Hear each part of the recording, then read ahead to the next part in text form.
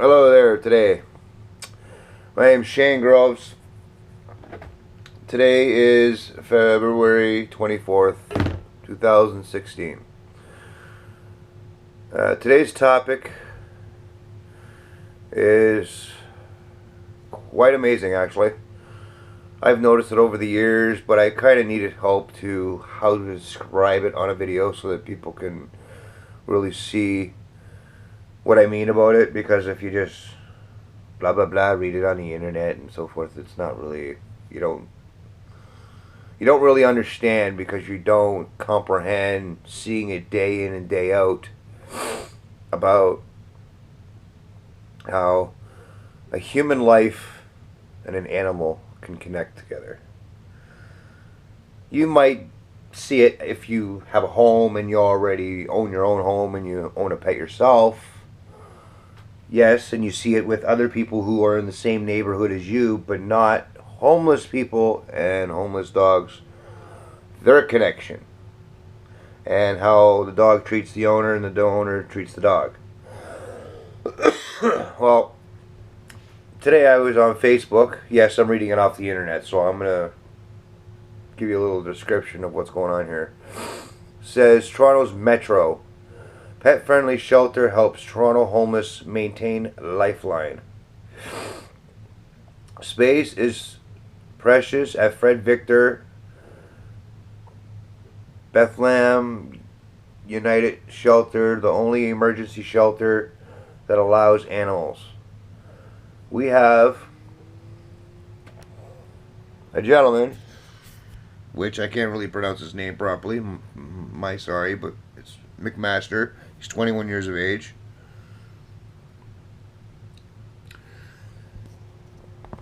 Is sharing a room with 3 other homeless people and their animals.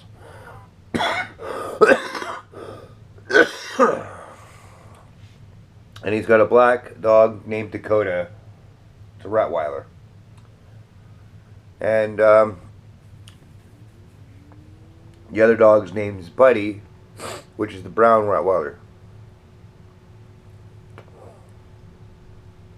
Well, he would rather choose to sleep on the streets than give up his Rottweiler, Dakota. Luckily, that's a choice the homeless 21-year-old hasn't had to make. They share a bed together. They share a room with 4 men and other dogs that are in the Fred Victor shelter.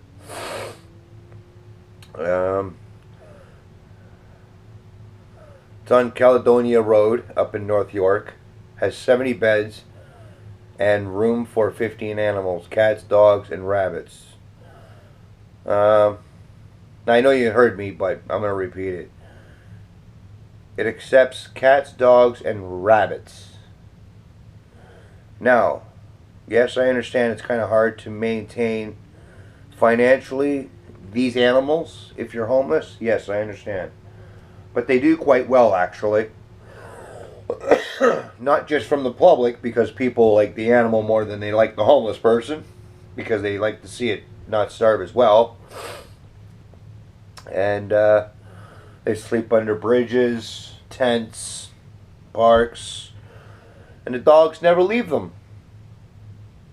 That's quite weird, eh? That's some serious dedication. It's like a German Shepherd that was trained to be with its owner that's a military person or a police officer. Listens to it. Never runs away for squirrels, birds, or anything like that. And from what I've seen downtown Toronto, none of the homeless dogs that I know that are actually homeless, not couch surfing at friends' places, but homeless, I've never seen, ever, in a lot of the years that I've been off and on in homelessness and met people, I have never, ever seen an unhealthy animal, other than the odd, like, ticks, mites that's in their hair, ear problems, and earlobe problems, or their paw got cut because people like to smash their beer bottles and stupid shit on the fucking ground that they cut their foot, so forth. So, other than that, they're completely healthy. They get taken care of very nicely. um,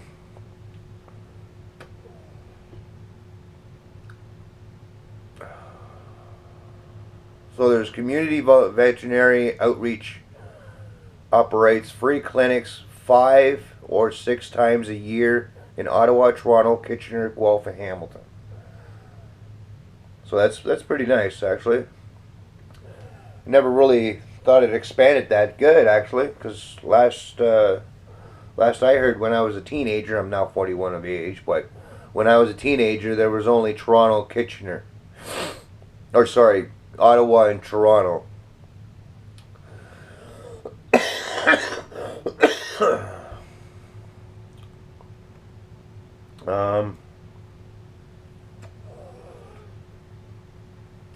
So McMaster said that he spends most of his money he makes panhandling to treat Dakota to a can of wet dog food from Dollarama to go with the kibble provided by the shelter. So shelters even provide food. Some food banks that you can go to actually give you a little little tiny bag of cat food or dog food. I haven't seen rabbit food yet, but it's probably going to be getting there soon. All goes to plan. He and Dakota won't be homeless much longer. He hopes to land a factory job, so he probably has some experience and probably doesn't have much as a big criminal record, and he can probably be bonded to work in a factory as much as I can't. But he lands to a factory job and find an apartment with his roommate at the shelter. Now, let me get on that topic for a second here.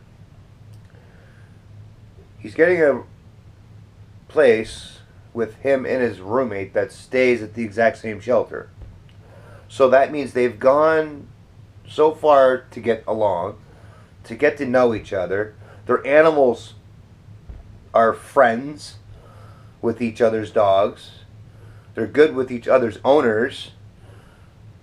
But yet, it's hard for someone to, in that position, to find a roommate or a place to live outside of the shelter without the assistance of another person that's staying in the shelter. So why is that? Is because, in my opinion, 90% of the population don't want homeless people in their home. Why?